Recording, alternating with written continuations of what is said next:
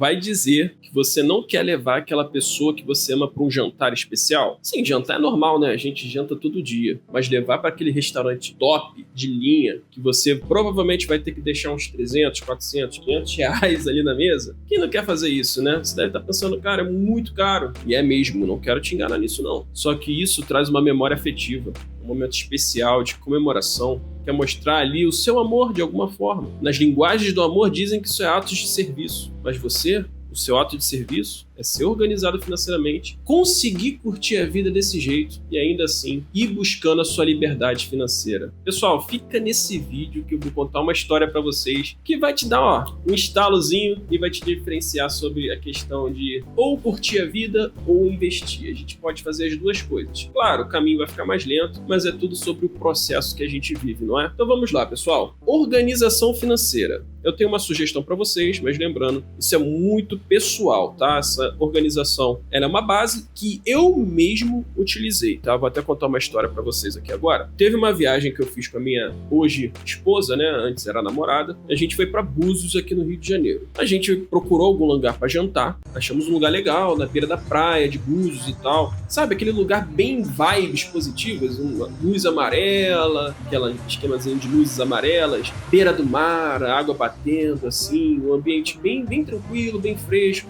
musiquinha de aquele jazz de fundo, sabe? E aí, esse restaurante era até pé na areia, tá? Então você podia simplesmente tirar o teu tênis, no caso eu tava de chinelo, aí botei o pezão na areia gelada, sabe?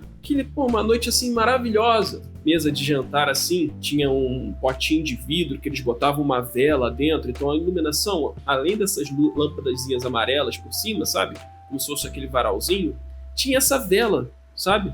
Que era dava um ar meio romântico. É uma situação muito maravilhosa, não é? Pra você estar com quem você ama. E você não pode deixar o teu humor se perder em lugar nenhum ali. Nada pode te estressar, meu amigo. Nada. Então vamos lá, a gente resolveu pedir a comida, pediu uns drinks, se eu não me engano ela pediu uma caipirinha, a gente pediu pizza inclusive, né? A gente comeu uma pizzazinha, massa fina. Nossa, cara, tava uma delícia. E aqui no Rio de Janeiro, até então, naquela época, era muito comum a gorjeta de 10% do valor da refeição. Então, se o jantar foi R$200, a conta vinha 220, né? Contava com os 10% do garçom. Pessoal, naquele dia, não veio 10%, veio 15%. Cara, então a conta que, teoricamente era para ser X, ela vem um pouquinho acima. 15%, eu aposto a minha vida que você conhece alguém que ia ficar maluco com uma gorjeta de 15%. E olhar isso e falar, nem pensar, eu não dou mais R$1. 15%? Tô sendo... Esqueci o verbo agora, mas estão passando a perna em mim aqui. Isso é loucura, 15%? Obviamente, quando eu vi aquilo, meu sangue ferveu de leve, né? Eu pensei, cara, isso é um absurdo. Como é que pode? 15%? Só que aí, meu amigo, entrou a questão da organização financeira e a motivação que eu tinha. O dinheiro que eu separei para jantar, meus amigos, era dinheiro de diversão. Esse valor a mais ia extrapolar o dinheiro que reservei?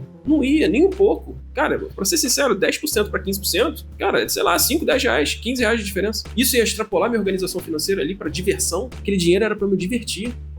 Diversão. Eu pensei nisso, cara, vale a pena eu me estressar por algo que eu já tinha me planejado? Que loucura. Como é que pode? Não faz sentido. E não fazia mesmo. Então, eu pensei, cara, 15%. Se é 15%, é 15%.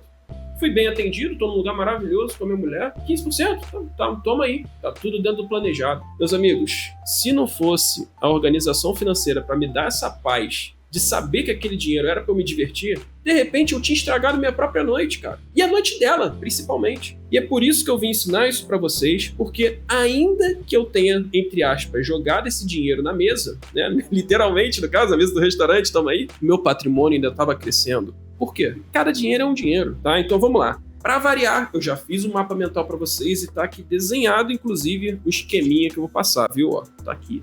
Então vamos lá, pessoal. Como eu falei, isso é muito pessoal, tá? Gastos básicos. Eu tenho uma playlist completa, bem completa mesmo. A gente tá falando de mais de 30 minutos de vídeos somados que explica isso aqui por detalhes. Então, se você quiser se aprofundar nisso, eu deixo esse convite, que inclusive é uma máquina do tempo. Aqueles vídeos ali foram gravados lá em 2020, 2019, tem, ó, bastante tempo, então pensa quanto tempo eu uso isso, tá? Então, aqui de uma forma mais geral. Pessoal, 4 potes financeiros, tá? 4 potes. Imagina que você recebe sua renda e aí, obviamente, sua renda você vai gastar com alguma coisa, tá? Os seus gastos básicos. E aí eu quero que você categorize o resto. Você vai ter os gastos básicos, vai ter a diversão, vai ter liberdade financeira e vai ter a viagem. Eu estipulei dessa forma aqui, mas de novo, isso é pessoal. 60% gastos básicos, 20% investimentos, 10% diversão, 10% viagem, tá?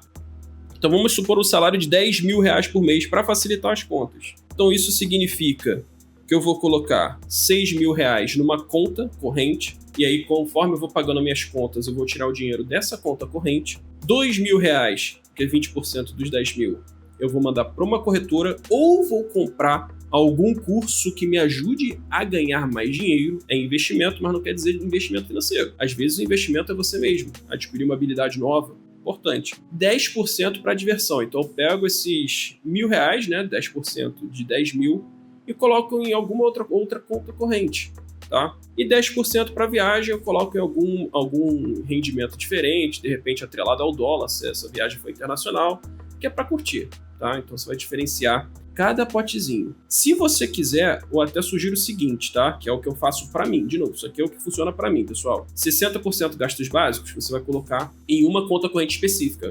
Itaú, por exemplo. 20% de liberdade financeira você vai investir numa corretora. XP, por exemplo. Nenhuma delas me patrocinou falando nisso, viu? 10% de diversão, você vai botar em outra conta corrente, de repente Nubank, Inter. 10% na viagem você vai colocar em alguma renda fixa. Pode ser até um potinho do Banco Inter, do Nubank, tanto faz, contanto que haja rendimentos de pelo menos 100% do CDI, tá? Então você vai fazer isso. Pessoal, eu preciso que você entenda o seguinte. Eu estou usando base de 10 mil reais por mês. Ah, Lucão, mas eu ganho 2 mil reais por mês.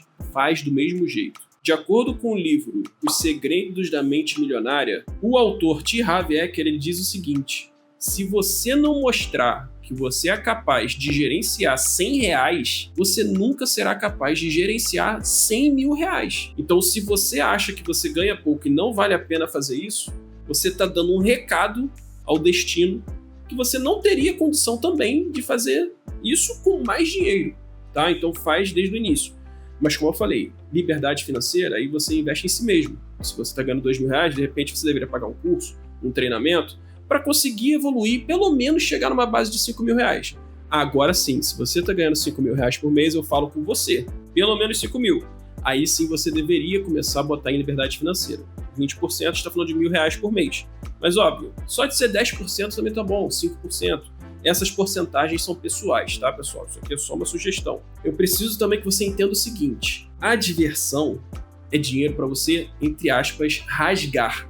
É para você curtir, meu amigo. Curtir mesmo. Comprar um vinho maneiro para quem tu gosta, dar presente, levar alguém que você ama pro parque de diversão, literalmente, né? Um pote de diversão, ir pro cinema. Ah, eu ganho 5 mil reais por mês, 10% é 500 reais. Beleza, 500 reais parece pouco. Só que é por mês, meu amigo. Às vezes vai ter isso eu tô falando por experiência própria, tá? Aconteceu comigo. Então, às vezes, cara, você vai ter um mês que tá chovendo muito. Tá muito difícil isso aí, né? Tá muito difícil isso aí. Então, cara, você até esquece de gastar esse dinheiro da diversão. E aí, mas o teu salário pinga no mês seguinte, né? Quando você vai ver, você vai botar mais 500 no seu pote de diversão. Você olha lá naquela conta e tá escrito: sua conta tá em 900 reais, 850. Aí tu pensa: caraca, eu tenho esse dinheiro todo pra rasgar? Dá pra fazer um estrago com isso aqui, hein? Aí, meu amigo, tu faz um churrasco e fala aqui embaixo, hein? Ó, fiz um churrasco com o pote da diversão. E o que eu tô falando, galera, é que não subestima o poder disso de acordo com o tempo, tá? Então vamos supor de novo que o salário de 10 mil reais. Você colocou 6 mil, que equivale aos seus custos básicos, numa conta do Itaú. Tá lá, 6 mil reais. Seus gastos variam, né? Plano de saúde, luz, gás, condomínio, seja lá o que for. Cara, não é um valor super fixo. A luz pode vir 100 reais, pode vir 400, tá? Varia bastante. Cara, vai ter mês que você estipulou 6 mil reais para pagar os seus custos básicos, mas na verdade foi 5.500. Ficou 500 lá sobrando. Isso, ao longo do tempo, se acabar sobrando com constância, vai causar o quê? Você vai entrar naquela conta, antes mesmo de você transferir o teu dinheiro, já vai ter lá 5 mil reais, de tanto que foi sobrando ao longo desses pagamentos, entendeu? Então, pessoal, vai chegar um momento que, de repente, você vai entrar na sua conta que paga contas e já vai ter o dinheiro suficiente para aquele mês. Então, pessoal, esses 4 potes aqui que eu separei para vocês, você acaba de liberar um presente para si mesmo. esses 60% dos gastos básicos podem ser realocados nos outros potes. E aí você pode dividir, não sei, 40% para liberdade financeira, e aí sobra 20, né? E bota 10 e 10 dos outros. É um presente para você. E outra coisa, tá? Às vezes, você tem 13º, não é? Mas você tem 13 meses? Não tem. E aí? Você tem os gastos básicos do 13º mês? Não tem. Então aqui você pode realocar as porcentagens, como eu tô falando para vocês. Isso é super pessoal. Agora, uma outra história, tá? Eu preciso que você entenda que isso aqui significa ter muita disciplina, tá? Ter muita disciplina.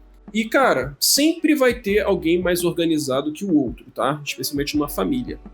Então, eu quero que você preste atenção no seguinte. Eu tenho um mentorado que ele tem dificuldade em seguir esse esquema, tá? Por quê? Falta de disciplina e ele mesmo reconhece isso. Ele não tem essa disciplina. Então, pessoal, tem duas formas de você fazer isso aqui, tá? Você pode aplicar desse jeito que eu ensinei, ou você pode fazer na marra, o famoso DTG, dá teu jeito. Sim, é para ficar marcado mesmo o termo, tá? Você recebeu seus 10 mil reais, que é o nosso exemplo do momento.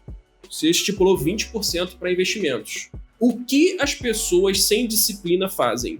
Eu vou gastando meu dinheiro, conforme sobre, eu invisto. Ah, mas que erro, cara. Você sempre vai dar um jeito de comprar alguma coisa além que queime esse dinheiro. Meus amigos, se assim tá ruim, inverte. Então você recebeu seus 10 mil, estipulou 20%, você pega esses 2 mil, não pagou nem a luz, meu amigo, não pagou nem a luz. Já joga pra corretora. Joga pra corretora, some com esse dinheiro. Finge que o teu salário, então, é 8 mil reais. E aí tu se vira com o resto. Então eu tô te dando duas alternativas. Essa disciplina de controlar os seus potes financeiros e a outra que é resolver na marra. Eu não sou disciplinado, então eu vou pagar pro meu eu do futuro lá na frente antes de começar a me lidar com o meu presente, tá? Então, pessoal, essa é a forma de organização financeira que eu tenho para vocês.